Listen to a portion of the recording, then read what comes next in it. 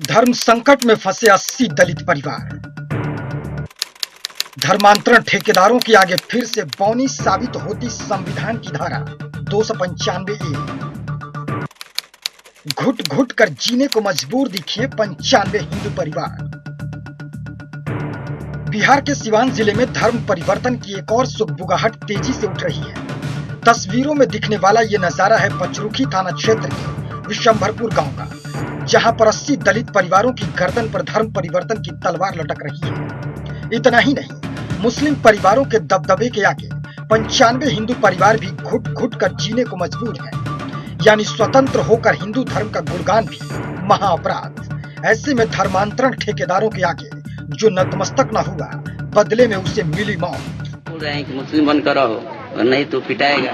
जिस तरह तुम्हारा भाई का हत्या हुआ उसी तरह तुम्हारा ही होगा। तो हम क्या करेंगे? हम घर का अकेले हैं। हम भी जो भाई था कमाने वाला वो तो चला गया। हम भी डर को मतलब घूम रहे हैं टोपी पहन कर।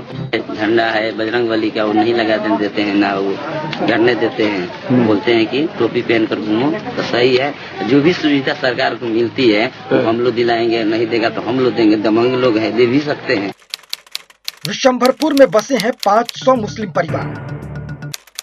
जान बचानी है तो बदलो धर्म को। विशंभरपुर गांव में धर्मांतरण ठेकेदारों की यातनाएं झेलते पीड़ित परिवारों की माने तो गांव में मुस्लिम आबादी ज्यादा है और वो कमजोर बेबस दलित परिवारों पर धर्म बदलने के लिए दबाव डालते हैं। इतना ही नहीं, गांव में टोपी पहनकर घूमो नहीं तो जान को खतरा हो सकता है। ऐसी खुलेआम धमकियां दिए जाना तो मानो आम बात हो गई है। तो बोलता था कि टोपी पहन के आओ और अच्छा, मियाँ वाला टोपी। हाँ, और नहीं जाते थे ना तो मिल कर मारता था। लोगों की बातों पर यकीन करें तो आलम यह है कि ये लोग अपनी बहन बेटियों की शादी में न तो गाने बाजे बजा सकते हैं, न ही पूजा पाठ इन्हें कराने की इजाजत है। परिवार के बच्चे सरकारी स्कूलों में पढ़ने जाते हैं तो उन्हें सरकारी सुविधाओं से भी दूर रखा जाता है। धर्मांतरण के ठेकेदारों की उंगलियों पर नाचता बेबस लाचार प्रशासन। हिंदुस्तान को पाकिस्तान बनाने के साजिशों पर पर्दे ही पर्दे।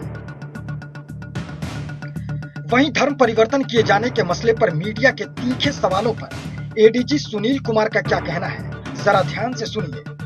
मन में सिवान एसपी से बात होगी और जो रिपोर्ट होगा फिर हम बता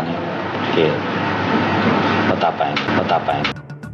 यूं देश में धर्मांतरण के रोजाना अनगिनत मामले सामने आते रहते हैं। चाहे राजनेता हो या प्रशासनिक उच्च अधिकारी, इन सभी को अक्सर एक ही जवाब याद रहता है कि हमें मामले की अभी पूरी जानकारी ही नहीं। सत्ता का दबाव कहें या सरकारी कुर्सी बचाने के लालच, यानी कि पाकिस्तान बांग्लादेश के बाद हिंदुस्तान में एक और मुस्लिम राष्ट्र बनाने की कवायद, जिस साजिशों के पर्दे ही पर्दे नजर आते हैं। सुदर्शन न्यूज के लिए अवनीश सिंह की रिपोर्ट।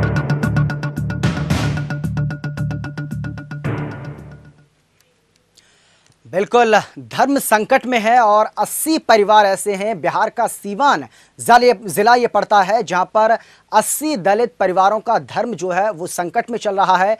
मुस्लिम परिवारों का दबदबा, इस गांव की हम बात करें तो विशंभरपुर इस गांव का नाम है और यहां पर मुस्लिम परिवार जो हैं इनका दबदबा है। खास तौर पर यदि बात की जाए तो 80 दलित परिवार ऐसे हैं जिनको टारगेट किया जा रहा है, उनसे जबरन धर्म परिवर्तन की बात की जा रही है। 80 तो जो परिवार हैं वो दलित परिवार हैं, लेकिन कुल मिलाकर के 95 हिंदू परिवार ऐसे हैं जिन पर जबरदस्ती धर्म परिवर्तन की तलवार लटकी हुई है। और ये कोई और नहीं, ये मुस्लिम परिवार जो हैं वो ही यहाँ पर धर्म परिवर्तन इनसे करवाने की कोशिश कर रहे हैं और लगातार इनको कई तरह की धमकियां दी जा रही हैं।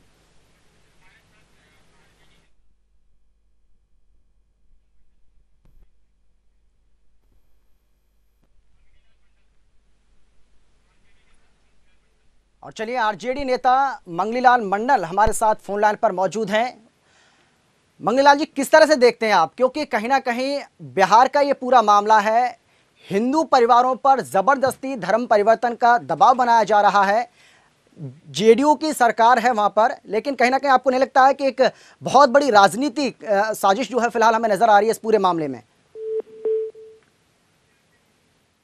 लगता है संपर्क फिलहाल हमारा उनसे टूट गया है, उनसे फिर से हम जुड़ने की कोशिश करेंगे। लेकिन आपको एक बार फिर से बता दें, बिहार के सीवान जिला ये पड़ता है और चलिए फिलहाल हमारे साथ बीजेपी सांसद जनार्दन सिंह फोन लाइन पर मौजूद हैं।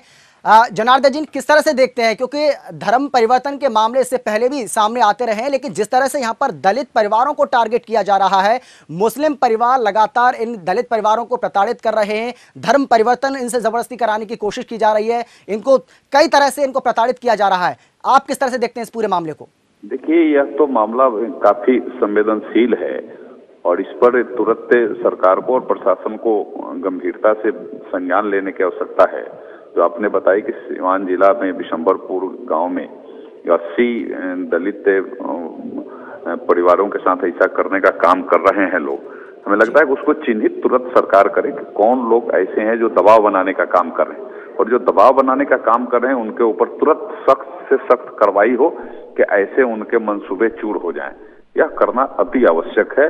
और हमें लगता है कि थोड़ी सी अगर बात कहीं हिंदू समाज से अगर निकलता है तो इसका हाय तौबा मचाने वाले लोग हर जगह हाय तौबा मचाते हैं, और इतना ही 80 दलित परिवारों के साथ ऐसा किया जा रहा है। हमें लगता है कि इसके ऊपर किसी को बोलने का हमें लगता है कि जुबान ही नहीं खुल रहा है। यह एक काफी निंदनीय बात है और तुरंत वैसे लोगों पर कठोर कार्रवाई हो जो लोग ऐसा करने का प्रयास कर रहे हैं। जी, आप हमारे साथ बने रहिए। फिलहाल हमारे साथ मंगीलाल मंडल जो हैं वो भी फोन लाइन पर मौजूद हैं, जो कि आरजेडी के नेता हैं। आपसे हम जानना चाहेंगे, बिहार का ये मामला है, आप वहां पर सरकार के साथ मिलकर के आप भी सरकार चला रहे हैं, जेडीयू के साथ आप सरकार चला रहे हैं, क्या आपको नहीं लगता कि ये मामला ऐसा नहीं है कि आपको नहीं पता होगा, बावजूद इसके कहीं ना कहीं किसी तरह की कोई कार्रवाई नहीं की जा रही है? और आपकी पार्टी की खासतौर पर बात की जाए तो नहीं लगता है कि आपकी पार्टी भी किसी तरह की कोई दिलचस्पी इस पूरे मामले में दिखा रही है? असल में इस तरह की बात समय समय पर देश के कई भूभागों में उठा है। जब से भारतीय जनता पार्टी सत्तारूढ़ हुई है दिल्ली में, डॉक्टर राम मनोहर लोहिया प्रसिद्ध समाजवादी दार्शनिक और चिंतक, उन्होंने कहा था कि इस देश में जो वर्ण व्यवस्था हिंदू धर्म के अंतर्गत, तो उस आलोक में इस देश में हिंदू और मुसलमान के बीच में कोई अंतर्विरोध या कोई लड़ाई कभी नहीं रही है।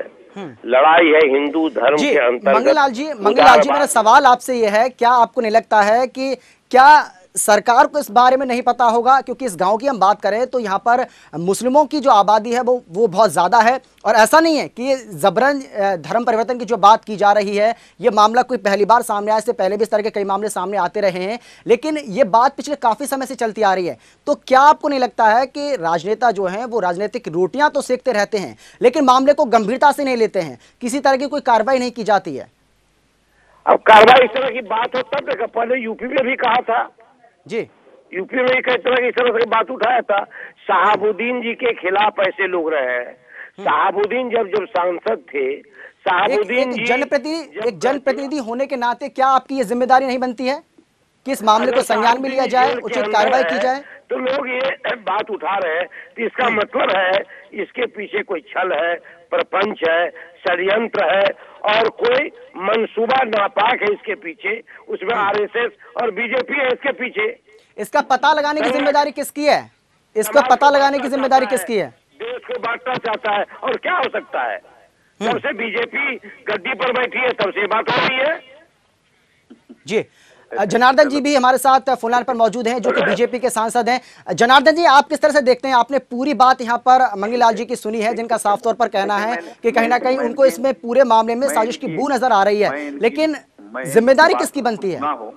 अब इन लोगों को आज के परिस्थिति में अगर केंद्र में भाजपा की सरकार है तो राज्य में किसकी सरकार नजर आती है? तो बताइए, कहीं कुछ हो रहा है तो इन लोगों को तुरंत भाजपा और आरएसएस नजर आता है। इसके अलावा इन लोगों के पास कुछ शब्द भी नहीं है, क्योंकि वहां सरकार के साथ तो ये मिलकर के सरकार चला रहे हैं। सारे अपराधी और सारे गलत लोग आज रोडों पर गलत मंसूबा के साथ काम करने का काम कर रहे हैं।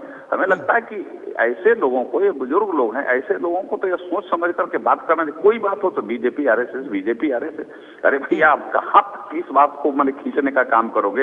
हो तो रहा है बिहार में, हो तो रहा है सीवान में, हो तो रहा है बिशंबरपुर में, और वहाँ महादलित और दलित लोगों को प्रताड़ित किया जा रहा है। प्रताड़ित करने वाले कौन है? मैं तो यह जानना चाहता हूँ कि प्रताड़ित करने वाले कौन है और कौन धर्म परिवर्तन कराना चाहते हैं, और प्रताड़ित करने वाले कोई हिंदू हैं, आरएसएस के हैं, कि बीजेपी के हैं, जरा इसको तो पता लगाइए कि वही आरजेडी के वही उसी टाइप के तत्व लोग हैं जो जानबूझ करके प्रताड़ित करने का काम कर रहे हैं। अरे कोई बात का जवाब, एक ही जवाब है इन लोगों का, क्योंकि जवाब देने का तो कोई ना नजरिया है न जवाब देने का कोई उनके साथ। मंगीलाल मंडल जी, जिस तरह से आपने सुना होगा कि कहीं ना कहीं प्रताड़ित करने का आरोप यहाँ पर लगा रहे हैं जनार्दन जी, लेकिन सवाल मेरा आपसे सीधा ये है कि अब चुनाव भी काफी नजदीक है और जिस तरह से ये मामला सामने आया है, कहीं ना कहीं आपको भी इसमें दिक्कत होने वाली है, आपको संज्ञान लेना होगा। आप जेडीयू के साथ मिलकर के सरकार चला रहे हैं वहां पर। देखिए, सरकार बिहार की जो है गठबंधन की सरकार, जेडीयू और आरजेडी की सरकार विधि व्यवस्था के लिए प्रतिबद्ध है, धार्मिक सौहार्द के लिए प्रतिबद्ध है, धार्मिक और सांप्रदायिक सहिष्णुता के लिए प्रतिबद्ध है। ऐसी स्थिति बिहार में कोई अनहोनी नहीं होगी। लेकिन चूंकि चुनाव आ रहा है तो चुनाव के चलते बीजेपी, हिंदू महासभा, बजरंग दल और भारतीय जनता पार्टी सारे लोग लगे हुए हैं कि किसी तरह से दलित में, पिछड़े में ये लोग कहीं नीतीश कुमार के, लालू जी के साथ चले न जाए। कोई ऐसा प्रोपगंडा करो कि आग लग जाए समाज में, और उसको ये बांटना चाहते हैं वोट के में, तो ये नहीं होने वाला है। मंसूबा चकना शुरू हो जाएगा। भारतीय जनता पार्टी का राजस्थान में सरकार है, मध्य प्रदेश। मंगीलाल जी आपका और जनार्दन जी आप दोनों का बहुत बहुत शुक्रिया सुदर्शन न्यूज से बात करने के लिए। लेकिन कहीं ना कहीं आरोप प्रत्यारोप की राजनीति जब भी इस तरह के मामले सामने आते हैं वो जोरों पर होती है और कुछ इसी तरह का नजारा यहां पर देखने को मिला है। दोनों नेताओं से हमने बात की है, अलग अलग पार्टी से ताल्लुक रखते हैं, लेकिन जिस तरह से बात को टालने की कोशिश की जा रही है, एक दूसरे पर आरोप लगाया जा रहा है, लेकिन मामला काफी गंभीर है क्योंकि हिंदुओं का जबरन धर्म परिवर्तन करवाया जा रहा है, लेकिन कार्रवाई के नाम पर केवल भरोसा दिलाया जाता है और कहा यह जाता है कि ये बीजेपी की साजिश है, ये जेडीयू की साजिश है या ये आरजेडी की साजिश है। यानी कि कहीं ना कहीं मामले को पलटने की कोशिश की जाती है, लेकिन मामले को संज्ञान में लेकर उस पर कार्रवाई करने की बात नहीं की जाती है। लेकिन ये मत भूलिए, बिहार में चुनाव काफी नजदीक है और बटन दबाकर जनता इसका जवाब देगी आपको। ब्रेक का वक्त है, जल्द हाजिर हो रहे हैं।